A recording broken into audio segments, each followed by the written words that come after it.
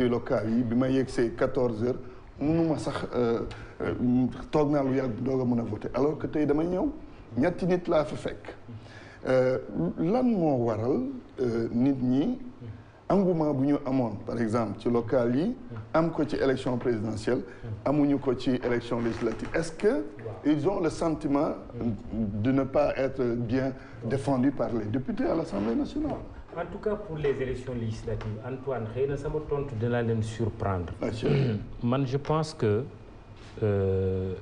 dañuy jox taux de participation solo boo xamante ni dañ koy war a relativiser ko d'abord ci ay faits. Élection législative bu 2012 bëriwul woon taux de participation c'était autour de 32%. 2007 boo fàttali ko itam taux de participation bu faible woon autour de 30 et quelques %, mais boobu li ko justifié woon aussi en partie et en grande partie boo fàttali ko Antoine Diouf opposition boobu woon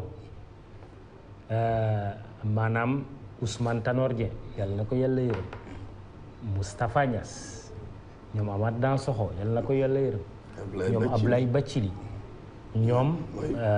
Landing Savané su ma juumul ou Landing peut-être était avec Wade je crois que Landing Savané 2007 fekk na mu dem fekk na mu dem waaw su ma juumul ñoom ak Idrissa Seck élection législative 2007 dañoo boycotté woon tout à fait bu ñu boycotté ci la ñu créé les assises nationales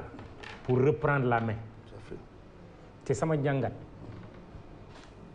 raison yi nga xamante ni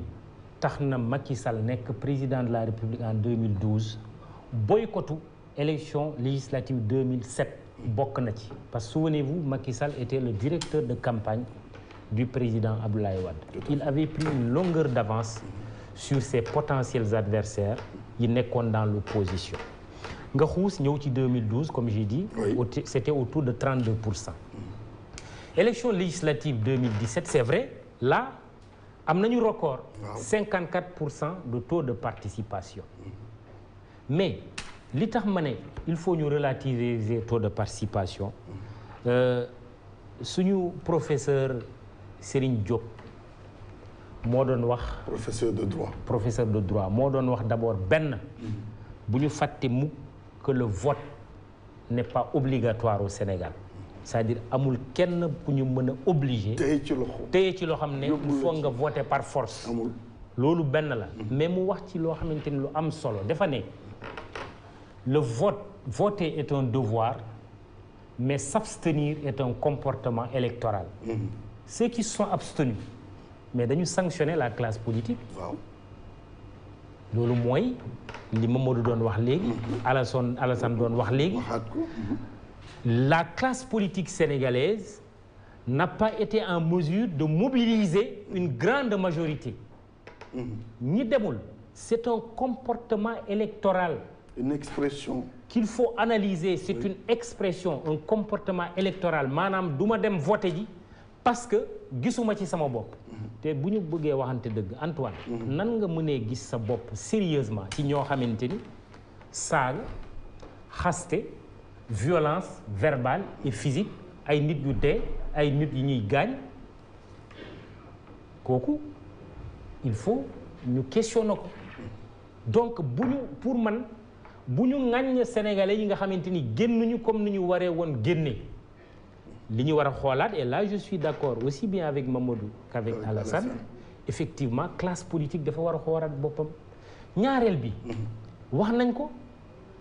boo xoolee il y a plus de grands partis politiques de partis politiques dominants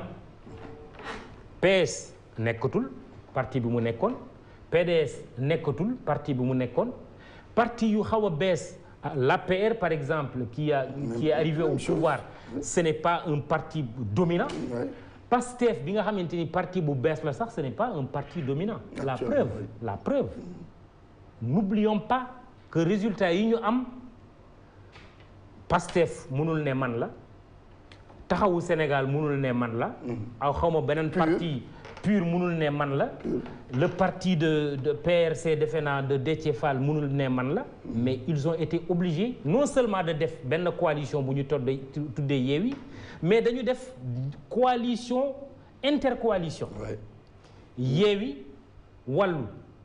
loolu aussi pour man li ñu war a jàngaat la ci jeexal ci wàllu taux d'abstention man sama seetlu mooy am nañu ay coalition mais amaguñu des véritables coalitions citoyennes c'est-à-dire coalition yi ñu am nekkaguñu en osmose avec les aspirations de la population loolu lu ñu war a jàngat la kan mooy gagné kan mooy nekk majorité à l'Assemblée nationale pour man am na benn affaire boo xamante ni surtout nag à l'endroit du président de la République parce que de toute façon Macky Sall restera président de la République quoi qu'il arrive à l'endroit du président de la République comme à l'endroit de la majorité de la nouvelle majorité à l'Assemblée nationale le mot c'est réforme foog ñu réformer économie foog ñu réformer éducation et là je rejoins Alassane qui aime bien dire plan Sénégal éducation il faut ñu réformer l'éducation foog ñu réformer l'administration sénégalaise Antoine administration sénégalaise du administration de développement du administration de développement administration de rente la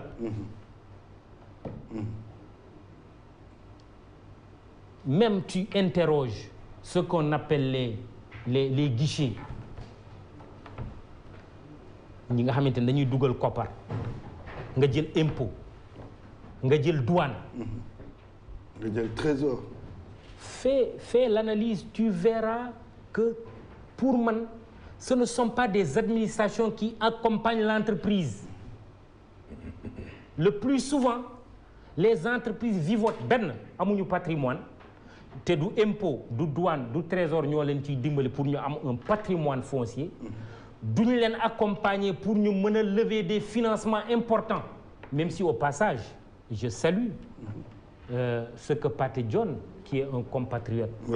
vient de réaliser comme prouesse le rachat de la BICIS avec l'aide il faut le dire du président de la République voilà la voie qu'il faut suivre te loolu dafa des donc réforme